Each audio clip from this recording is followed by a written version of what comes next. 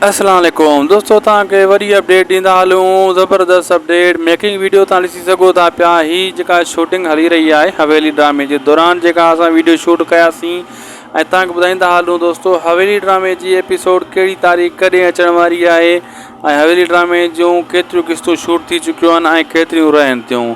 सॼी अपडेट हिन नंढड़े वीडियो में हिन खे आख़िर ताईं ॾिसंदा ऐं थी सघे दोस्तों इन चैनल के सब्सक्राइब लाइक शेयर ज़रूर कंदा, वीडियो के लाइक कंदा। हलूं था पंहिंजी अपडेट की तरफ। दोस्तों अॼु अपडेट इहा आहे त हवेली ड्रामो सूमर खां यानी मंडे खां पोइ स्टार्ट थी वेंदो। हवेली ड्रामे जी एपिसोड 47 हली वेंदी ऐं 47 जेको आहे सूमर खां पोइ स्टार्ट थींदी ऐं पथर दिल ख़तमु थी चुको आहे। ऐं तव्हांखे इहो ॿुधाईंदा आहियूं दोस्तों 75 एपिसोड ताईं शूटिंग मुकमिल थी वई आहे हवेली ड्रामे जी ऐं अॻिते इन जी शूटिंग हली रही आहे दोस्तों। 76 खां वरी 100 ताईं जी शूटिंग कई वेंदी ऐं उन खां पोइ वरी ॾिठो वेंदो त घणा स्पेल आहिनि। फ़िलहालु 4 स्पेल जेको आहे न साम्हूं अची चुका आहिनि ऐं हिकु स्पेल में 5 एपिसोड हूंदा आहिनि दोस्तों।